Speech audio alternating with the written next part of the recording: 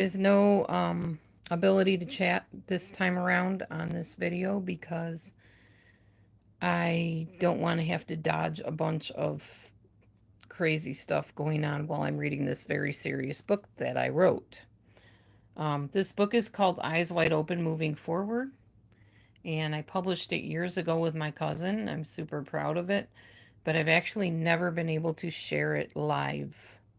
And I figured people have been asking me about the whole narcissism thing. Am I going to talk about narcissism anymore on my channel? I thought, what a great way to do it by sharing my book.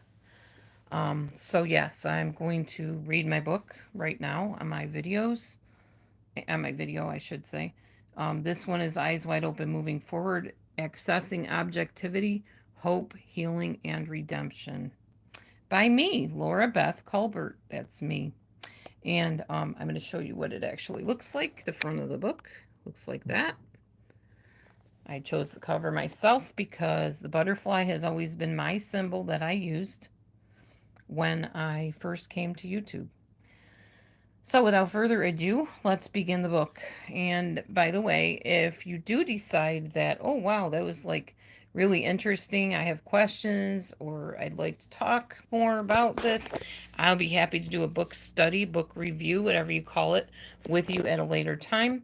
Just leave me a comment in the comments on my video page. Okay? All right, awesome. Okay, so I'm holding my phone while I'm doing this. It's probably not the most professional way to go about it, but that's how I'm going to do it. So, eyes wide open, moving forward, accessing objectivity, hope, healing, and redemption. My name is Laura Beth Colbert, and for the past 8 years, I've been advising individuals in toxic relationships about the causes of their attachments, the ways to recognize red flags, and the importance of ending such partnerships and situations so that people who were victimized can move on toward a healthier, happier, and most fulfilling future. If you're not aware, statistics state that narcissism has become more prevalent than ever before, and personality disorders are commonplace in homes, support groups, families, and even employment. We are definitely hearing the word narcissist crop up more as of late. It's a fact that people of this era now unfortunately have the internet to help them create unhealthy bonds and that enable them to manipulate and control others much quicker and easier as they can hide behind a mask and be anyone they choose to be for as long as it suits their purposes. Happily, there is hope for breaking out of these types of toxic relationships. Tons of books, seminars, and even online videos that offer wonderfully freeing information and insights for the person who will but seek it out. What I have discovered is that a true malignant narcissist has been using manipulation tools for so long on unsuspecting victims that society is totally oblivious when the victim finally speaks out and exposes the victimizer. In fact, the victim actually becomes seen as the one stirring up unnecessary trouble and therefore is often disbelieved or seen as mentally unstable and paranoid or delusional. I believe victims need to have other caring people become their voices. We need to start talking. No, shouting out loud for all to hear. Red flag, warning. This person is a crook, a bully, a liar. They need to be helped, and the victim needs to be rescued and believed and validated. The typical phenomenon known as bystander effect, in which people believe someone else is going to report it, get involved, step in, save them, is not helping at all. Every human being needs to care and get involved, yes, but the victim, him or herself, also needs to begin paying more attention to the warning signs, talking to a safe person or organization, and using whatever steps are available to help free victims from the moment or the torment and domination of their toxic partner.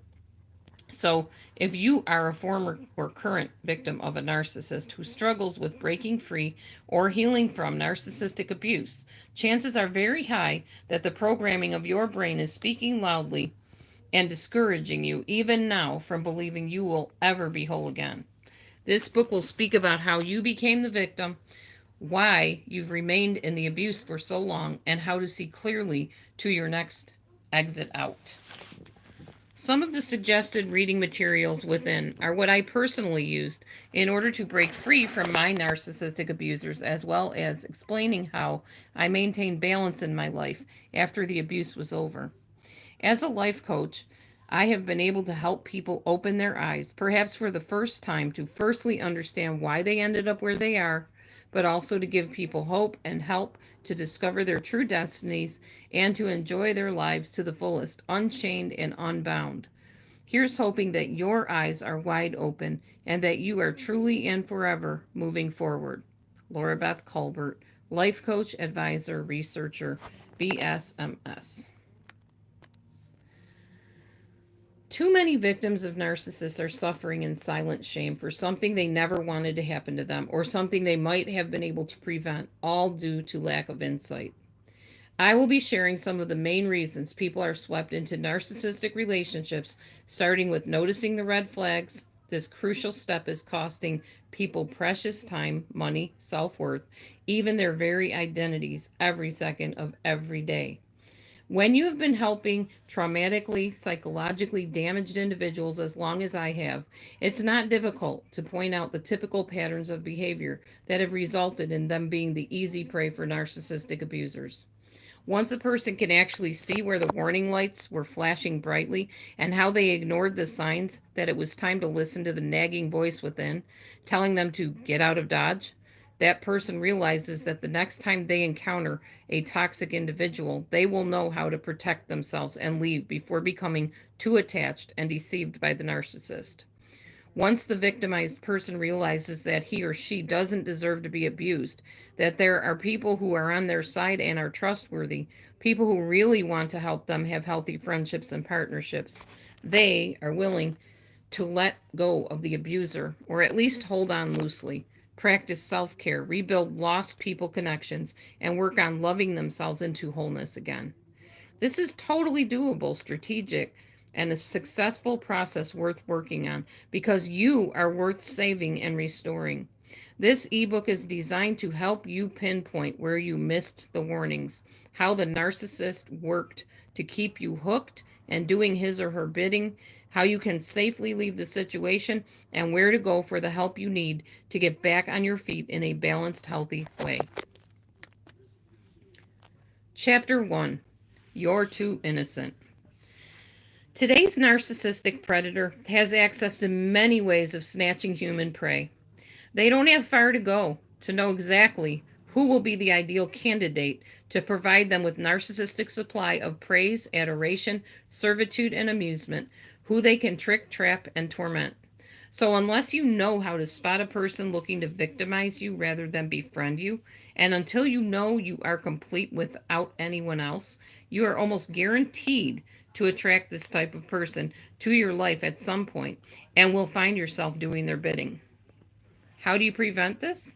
You learn the red flags of relationships. You go over and over them till you're sure you understand what they are, how they look in someone's behavior and mannerisms, and how they are about to use them on you unless you get away quickly. It's easy using my videos about red flags and relationships. There are also many books and resources available at libraries and online book sites that will offer quizzes and evaluations you can take to see if you might have encountered a toxic person. It's not hard to know when you've encountered a narcissist once you learn what they act like and how their moods and character changes as it suits their cause. You only need to learn how to observe and not absorb while you are with them. Journaling after your first few encounters and really paying attention to things like how quickly this person is trying to form a bond with you, if the conversation seems to focus on them and not you, if they seem to be throwing people under the bus quite a bit, and if they are constantly smothering you with promises and guarantees and compliments and flattery. Eventually, you will just know and you will run away quickly before you start pouring out all your heart and personal bio to them. You will ultimately find yourself having no time for drama and manipulation, and you will avoid these people like the plague when you are able. Only healthy and balanced people will be in your inner circle, and you will never find yourself stuck in a web of deception and control again. When Mr. and Miss Narcissist come across your path this time, you're going to pay super close attention to how they dress, how they talk, where their eyes are, their tone of voice. You're going to notice subtle comments that indicate a lack of empathy, tactlessness, blaming of others for everything that goes wrong for them, an attitude of entitlement. Things like these, which in polite company would never be an issue in a relationship or partnership. Listen, I'm not guaranteeing that the narcissist is never going to try to target or choose you again, or that he or she is going to just let you leave without a fight. Their entire reason and substance of existence comes through that one person who dared to trust them and love them, and who believes that they could love in return. They are not likely to ever stop seeking out people as prey. If that's you, the victim, you will have a fight ahead of you. And then, after you're free, the battle to reclaim lost emotional territory shall begin. But this time, you're brave, bold, armed, and ready to conquer, ready to win. Laura Beth, how am I doing now that I escaped from the narcissistic teacher I was with? Amazingly well. Not only was I able to find further help for my own issues that caused me to put out a sort of aura of insecurity that the narcissist smelled a mile away, but my photography business is better than ever. I have tons of interest in my pictures and people love my work. It's more of a hobby for me, a hobby that for years during the abuse I wasn't given the right and I didn't have the courage to pursue. Laura Beth's life coaching has helped me let go of the pain and move forward into a promising, rewarding, and even fun future with more self esteem than I ever had in my life. The best part of working with her was her patient yet persistent way of always pointing out that I could do anything I believed I could in spite of my inner voice and what the narcissist tried to tell me against my success. The first 6 months or so were intense, and I was timid and didn't believe I would ever get past the hurt created when the narcissist discarded me in such a cruel way. But after I began putting into practice the healing techniques Laura Beth taught, I felt like I could do almost anything. I was then and am now totally empowered by what I learned. I felt and feel empowered. Thanks for showing me I deserve so much more and I could see my dreams happen. Kathy W. Chapter 2. You're ignoring the red flags. It's pretty difficult to recognize warning signs or red flags until one knows what they are. Did the guy or gal you just met seem to be pushing you into a quick commitment? Do they seem to shower you with gifts, constantly bombard you with compliments? This is known as love bombing, and it allows them later to remind you of all they did for you, so that you feel bad about not doing their bidding.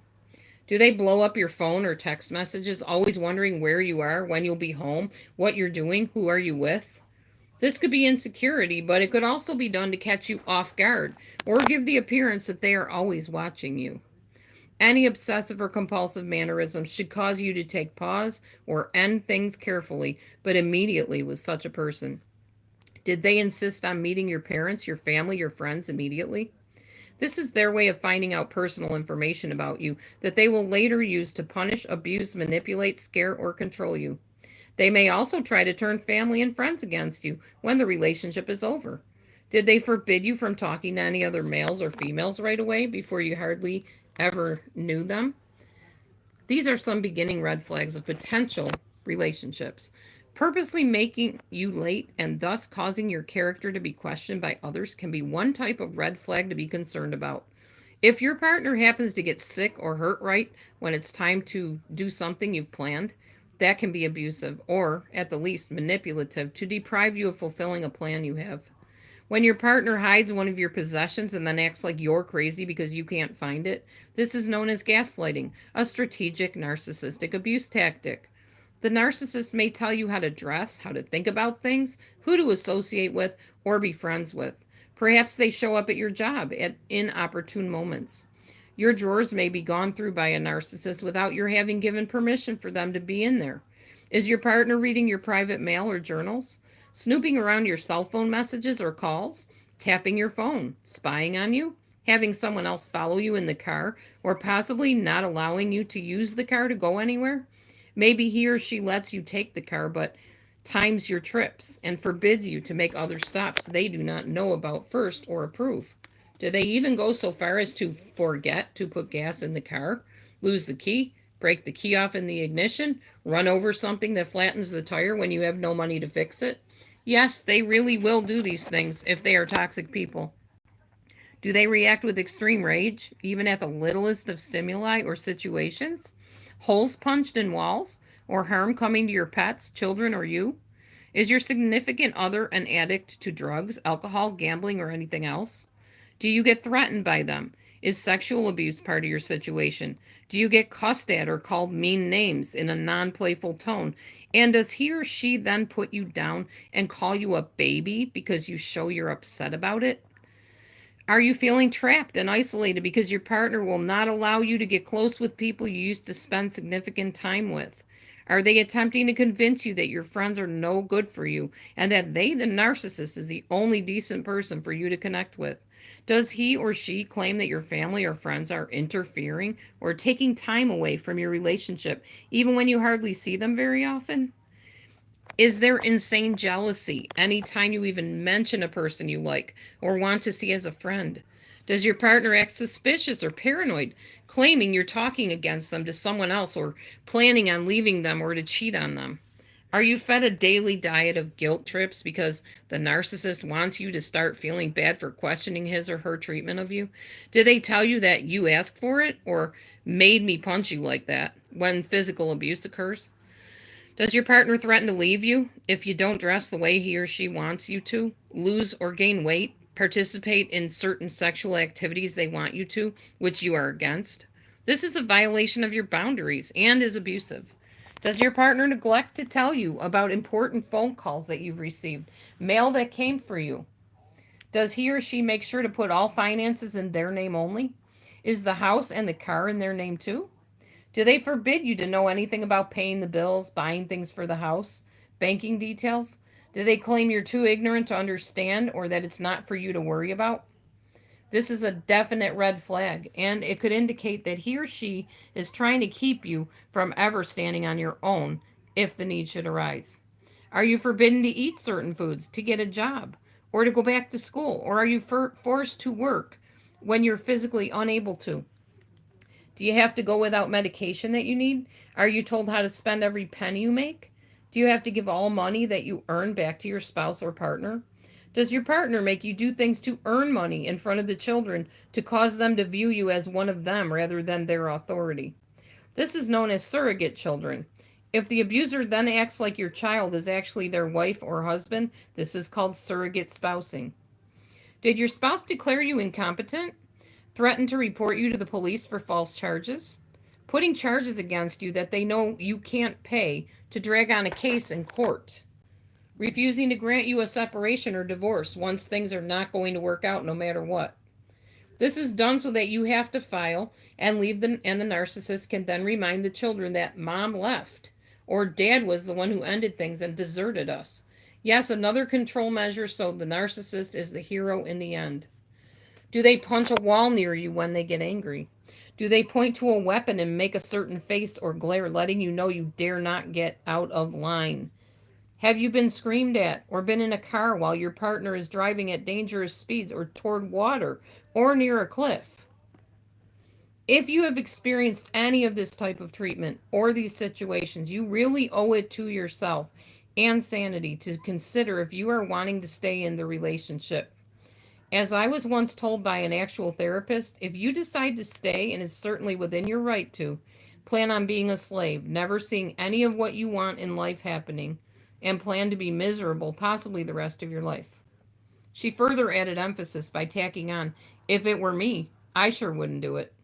It's up to you what you decide to do, but there are consequences to whatever you choose. Chapter 3. Hold on to your identity and objectivity.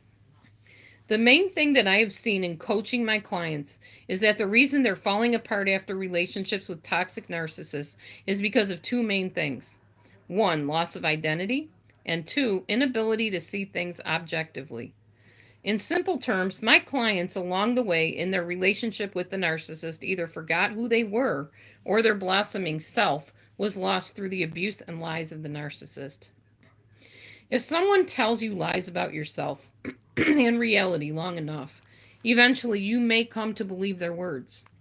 In toxic narcissistic situations, the abuser knows how to phrase things, creating a picture of them the way they want you to believe. They also have an uncanny ability to create or recreate you as clones of themselves or merely as their bond slaves as they so desire. If a person does not have a strong sense of who they are and what they stand for, the country song's lyrics stands true. You've got to stand for something or you'll fall for anything. A person unsure of him or herself is likely to fall prey to the narcissist's shaping of who they are and how they should act, speak, or think. Indeed, after toxic relationships end, many people have no clue who they used to be or who they were starting to become. They don't know what their own opinions are, their favorite foods or colors, what hobbies they enjoy, where they like to visit, or even who their friends are or were. The narcissist literally strips away the very essence of individuality from you through victimization, manipulation, brainwashing, and control. Another thing that happens is the narcissist keeps you constantly dizzy through their odd behaviors, tactlessness, and brazen requests for you to do things that go against the very core of who you are. You are always on edge, wondering what will show up next, Dr. Jekyll or Mr. Hyde. Therefore, you train yourself to believe the best about your partnership with the abusive person. You force yourself to see good in even the worst case scenarios. Eventually, this false good about the narcissist and the relationship fogs over your ability to see things as they really are, abusive and toxic. And you no longer believe that anything is wrong with the situation, even when loving people are practically screaming that you need to get out and get help. Objectivity, the ability to properly and correctly assess your situation, has been lost to you. So you stray and convince yourself that you might even enjoy it. The main problem here, the reason you lost those two things, objectivity and identity, is because of lack of self worth. When a person values himself and sets up boundaries, when he or she knows the importance and esteem of achieving their own goals, protecting their integrity and identity, and keeping their head about them through life, they are not very likely to become victimized in the ways the prey of the narcissist do. We are programmed as children, many of us, to please the adults around us, to share our toys with other children, to give till it hurts. We are not taught the balance between self-love and others' love. Since this may be the case, we may grow to believe that giving of ourselves and even giving up ourselves to another person, team, group, situation is always the best, most ideal thing to do. With this mindset, with all the love and reaching out that we can muster, we put ourselves out there, almost with a large neon sign saying, "Do whatever you want to me. I will receive it and come back for more because I was programmed to give to you even beyond what I give to me." Is it any wonder when we find ourselves living with people who devalue, criticize, trick, manipulate, abuse, and control us? We believe we were put on this earth for just that. We think that being scapegoated is some sort of honor and that loving ourselves is just, well, selfish. When in fact the opposite is true. Loving ourselves is what needed to come first so that we would be complete and whole as individuals. Only then could we love others in a healthy, balanced way and not be taken for granted or used or mistreated. We were never meant to give of ourselves to the point of non-existence or unworthiness. The good news is, it's never too late to find yourself, to establish or to regain objectivity and identity. Whether you're still stuck with a narcissist or you've broken free, there are ways to heal and come to wholeness. It takes work, but you are so worth it. Chapter 4, You're Forgetting You. Coming back to you. I would never presume to give someone an answer without telling them the how of getting that answer accomplished. So let's talk about the steps to either discover yourself for the first time or to rediscover yourself again if the abuse has ended.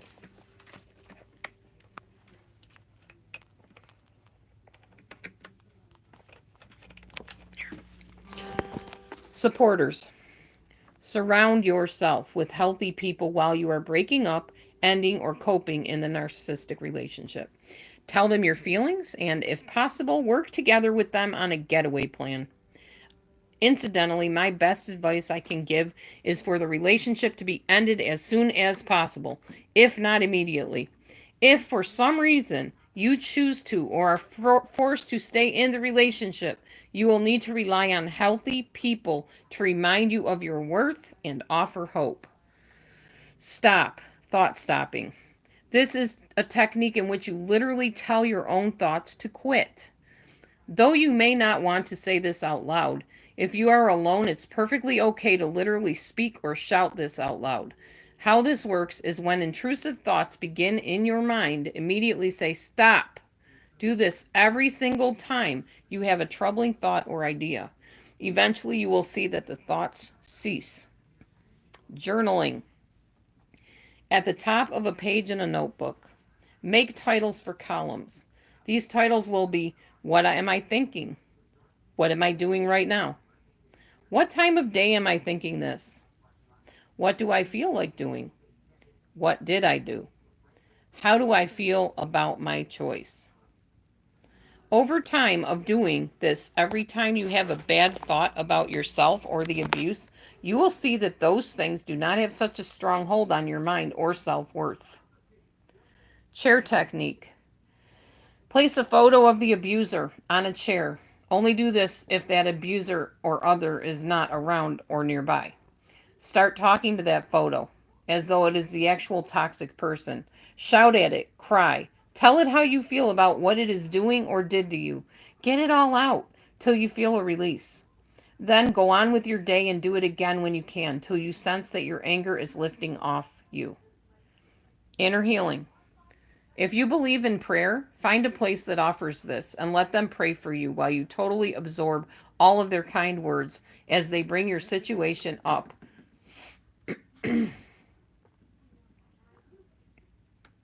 before the Creator. Later, pray on your own till you feel peace. Counseling. Find a therapist that works in the area of trauma. You need to find a safe therapist who will walk through the things you endured or are still enduring. One who will teach you how to process what happened or is happening to you. From this point, you will do some research and work on your own regarding how narcissists trap you and woo you and finally demote, disdain, and disconnect from you. Second hand. This involves having a watch with a second hand on it, or a timer. Literally look at whichever form of timing you have and tell yourself, until the hand hits the next dot, or until the timer beeps or rings, I am going to do something not to think about her or him. Then do it till the next second, minute, or interval. Soon you will realize you make it without thinking about the narcissist longer and longer. Explore. Find you. On this last step, you will begin experimenting since you no longer are subjected to the inner voice of the narcissist or have learned to not allow their actual voice to affect you or upset you. Begin finding out what foods you love the taste of, which type of music touches your inner soul, who your favorite TV show host is, what you believe about certain topics. Again, this step is much easier when the abuser is totally out of the picture. But even if not, do this for yourself as much as possible from within the relationship. Keep your own self through finding out who that really is, apart from and outside the narcissist's view of you or words to make you into what he or she wants you to be or see yourself as. When you have firmly established what your identity is, you may find yourself better able to be bold enough to make choices that go against the narcissist. Chapter 5. You need to leave and grieve. You probably felt confused after coming out of narcissistic abuse. You might be trying to figure out what you could have done differently to avoid what happened. Either you left or they left you. Either way, disbelief of what you just experienced is quite common. You could be saying, no, that didn't just happen like that, but it did. You might be trying to convince yourself that you are dreaming and will soon wake up, but it's not, and you won't. Doing the study and research about how narcissists treat their victims, you will come to realize that the troubling issues are on the side of the narcissist, not on yours. Narcissists do not generally give you a second thought after they truly have let you go. It is as if you never existed and definitely were never in a relationship with each other. After all, they never wanted a relationship with anyone, only someone to make them feel and look good. It is important for you to realize that there was nothing you could have done to make the narcissistic partner treat you better. You could not change them or make them see how much love was there between the two of you. You could not force them to acknowledge how much you have sacrificed for them either. Don't waste your time on something that was never actually a true relationship, or at best, was only a relationship in your mind or perception. It has always been one sided from the very beginning, always about what's in it for them. When you finally accept these things objectively, you will know that somehow, some way, you will make it through this pain and you will be okay.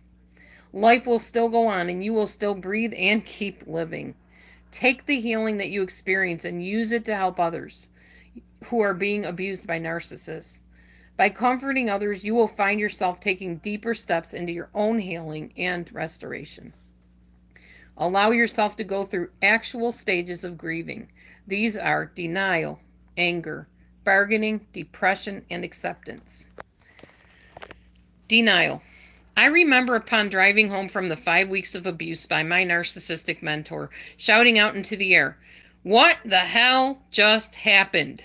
Did it really just happen? Did I seriously just waste 6 whole weeks of my life to only have one fairly decent week with that woman? Did she seriously just ignore me for 5 whole weeks straight while interacting with everyone around me in her house? Did she honestly just say to my face that she can't stand me? Did she seriously just hook up with my former best friend, the very one she used to tell me treated me less than a dog? Did I just get replaced with that former best friend? Oh my God." Then the tears would flow so hard I couldn't see to drive home and would have to pull the car over to the side of the road to compose myself for the rest of the 6-hour drive. Anger. I recall almost hating her, wanting her dead, or wanting to make her suffer like she made me suffer. I wanted to do anything I could to make her pay for how she hurt me. And no matter how much I realized it was wrong to feel so much venom that I could almost taste it, I just couldn't stop feeling that angst towards her. I finally had to go on medication to be able to find a state of calm that helped me heal. Bargaining. I don't think I did much of this at all. I was mostly wanting to just take her down and destroy her in any way I could. It never occurred to me to make a deal with my creator. I never said, "If you'll just do such and such regarding her, I promise I'll do such and such for you on this planet." I guess I didn't care at that point about any of that. I was seeing red. Depression. I am most certain that I experienced a lot of this. I now had to observe online while my former mentor and former best friend ran chat rooms together, like I used to do with them both. I had to experience being banned and blocked by both of them as they would plan excursions together to work on missions trips and ministry meetings. I watched many of my friends join them because they were welcomed into those online forums. People would attempt to offer me solace, but I would not be comforted. I was livid, felt life was terribly unfair, and believed this was not supposed to end up like this. It just wasn't. Acceptance. Through years of self-study, research, inner healing, counseling, and other forms of help, I was finally able to let go of the narcissistic mentor and move on. I spent time discovering who I was and learning that I did not need another human creature to complete me. Forgiveness. Lastly, forgiveness is an important part of overcoming the pain of the rejection you've experienced. It does not mean that what the narcissistic abuser did was not hurtful to you, or that the victimizer does not deserve to pay for the pain he or she caused you. What it does mean is that though you are not in control of what happened to you, you must choose not to allow what happened to determine the future of your days. Just decide to put the person out of your mind, let go of the need for excessive analysis, repayment, or vengeance, and set your focus on things that matter and affect you personally. Chapter 5. You may be more needy than desperate. You could be a person who just can't see your way out of a relationship. Why is this? Chances are you are more needy than desperate. What I mean by this is you probably have unmet needs that you believe you need another human being to fill for you. By staying in the pseudo relationship with a controller, such as a narcissist, you think that one day he may turn into your prince. He or she may be the girl or guy of your dreams by some magical breakthrough.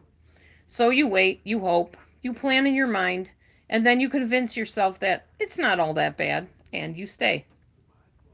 Other people's experiences with people who have true narcissistic personality disorder will tell you that a narcissist rarely, if ever, changes or improves very much. The distortions in their psyche are planted firmly in there, and unless that dysfunctional person somehow realizes that his or her problems are due to themselves being the source, they are never going to admit that they need help or to seek it. A narcissist will literally have to be separated from every supply source in order to be effectively reprogrammed to have correct, healthy, balanced perceptions, reactions, and actions. As far as I am aware, there is no known cure for NPD. People with this disorder can be taught to think and behave a bit differently, but that is rare at best. The point to consider is, even if he or she can change, how much of your own self-worth and identity are you willing to sacrifice waiting for that to be the case? How much time will you have lost and wasted if that toxic person does not change? Are you not more important and your life more precious than to waste years waiting for some whim to happen with another person? Only you can make that decision, but I pray you see the value in calling it quits with the abuser and moving on to better people and situations. Your best plan is to focus on what your emotional needs are, where they are rooted in your past, and talk to a safe, trained professional or at least a trusted friend about how you can learn to understand yourself and train yourself to see objectively. Focus on what got you into the toxic situation to begin with. For me, I had a need to fill a mom void. So I'd hook up with women who were in leadership roles, nurturers, mothers, spiritual guides. After they realized that I was not going to make them look good or do their bidding, the abuse cycle began and ended up with them replacing me and discarding me in typical narcissistic fashion. At first, the narcissistic woman would tell me how she was so impressed with me. It was my singing voice, my sweet nature, my honesty, my willingness to help her with tasks, anything she could use to create the illusion that she was thrilled with me being in her life as her closest friend. This stage went on for about 6 to 9 months. After I was enthralled with this person who was feeding my need to be loved and accepted, I started to notice how she treated other people around me. She would criticize people who couldn't even help their issues. Nobody escaped her sharp tongue and biting words of rudeness and ridicule. Handicapped people, mentally challenged ones, or just people she didn't feel dressed up enough to be seen in public or make her look good. All were subjected to her endless digs and torrents of condemnation. This was all done behind the scenes, of course. Right after one of her verbal barbs against someone, she would look over at me and ask, "Do you blame me for saying that?" Of course I blamed her. It was wrong. Cruel, rude, mean, unfeeling, tactless, and plain evil for her to say those things. Did I tell her so? No. I didn't want her to think I was going against her. See how this is how they program you? You go along with whatever they do, say, and want. And you make sure to remind them of how awed and impressed you are by them, even when they're being utterly dark in their behaviors. You do this because you know that if you dared to oppose this caretaker, you'd be left with nobody, and all the ugly ways you've seen her turn against others who stood up to her, you would now be on the receiving end of. The price would be too high for you to want to pay it in standing up to or going against her. In my situation, the narcissist actually ganged up on someone in front of me and then later told me, "See how bad it could be if you weren't on my team? See how I stick up for those who are and how I handle anyone who isn't?" Yes, that spoke volumes to me. So I did my best to show the narc woman that I was in her corner always and that she was absolutely justified and correct in her assessment of people and things. I had a need to be her little pal, the main one she cared about and took alongside her into ministry situations or even family ones.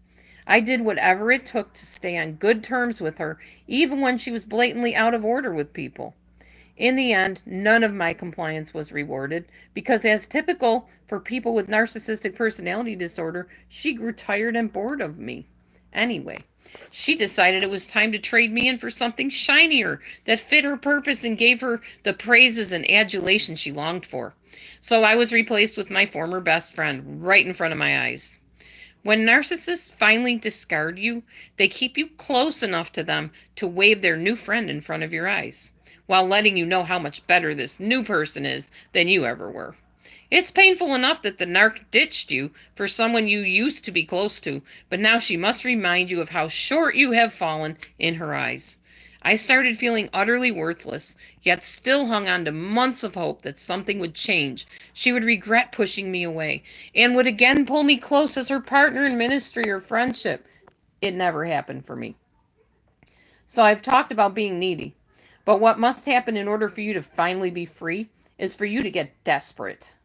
Until your need to be nurtured, loved, cared for, befriended, held close, and to feel like a follower or a leader becomes less than your desperation to reclaim who you are and what you deserve, you will stay in the abuse or in the aftermath of it.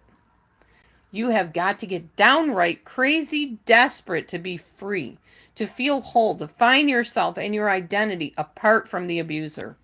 You've got to decide that you are worth more than to be someone's toy and slave. Till you can realize your own right to be treated with respect and honor, to be kept aware of what is reality and what is the narcissist's head game, until you can finally decide what's out there is probably a whole lot healthier than what was in the narcissist world they created with you, you will never be free. If you can't see that you deserve to be free, can't envision what that freedom will feel like for you, you will stick with the familiar, the insane, the unhealthy, imbalanced, with the neediness. You have got to be done with the crazy and ready for the sane. Your desperation must become greater than your need. Chapter 6. Eyes wide open, moving forward. Did you really think that this relationship was going to turn out better than the last one that was similar? Did you believe that two situations that were so much alike, containing leaders or partners who had similar characteristics and who treated you in ways that were the toxic kind you had experienced in your past, were somehow, someday, going to magically end up with you being in the ideal relationship and feeling fulfilled? Have you heard the definition of insanity? Why do you think you're absolved from it?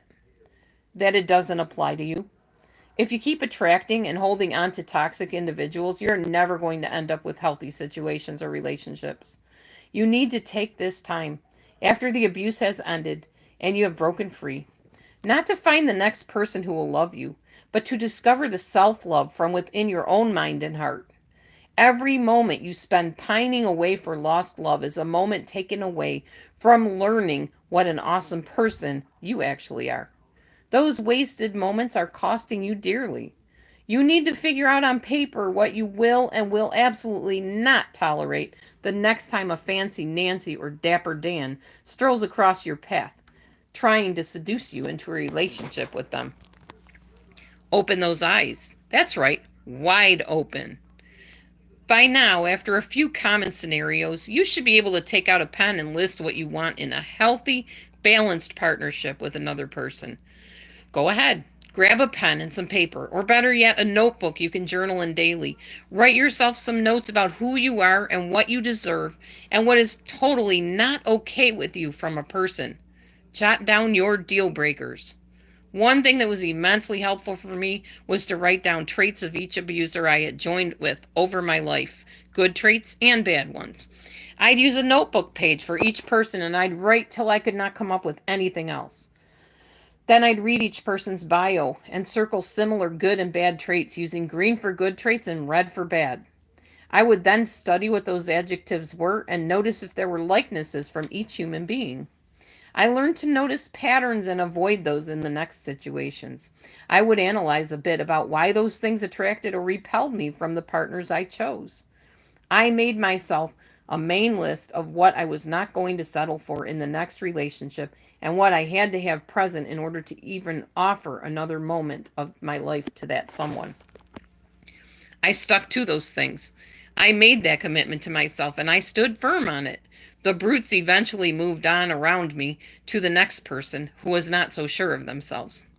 If you've already done this, the next thing to do is start reasoning against your excuses for tolerating abuse. What I mean by this is typically you told yourself little lies to keep yourself stuck with less than healthy people. Consider some situations in the relationship with narcissists and ponder what your self talk was that made you stay there when you knew you needed to be done and leave. Sometimes you told yourself, who would they have if I was gone? Nobody knows what they need like I do. Or maybe it was, I can't picture my life without them. I'll die without them. Whatever the reason was that you felt you were worth less than to be treated nicely or be in a decent scenario, investigate it. Don't just accept that this is the way I am and how it is and how it's meant to be or how it has to be. You owe this to yourself. Though you are not the be all and end all to care for another person, though you have actually learned exactly what the narcissist needs or wants more than some other people know. Though you believe your life would stop if the narcissist was not with you, the truth is, those are all lies that you tell yourself to justify staying unhealthy. Narcissists train people to know what to give them, how to act, what they need, and how to feel. Remember, you are likely not the first and will not likely be the last in their life to meet that need for them.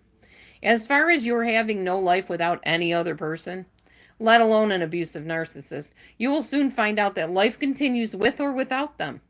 People die daily, and yet you live to see the next sunrise and moonrise, don't you?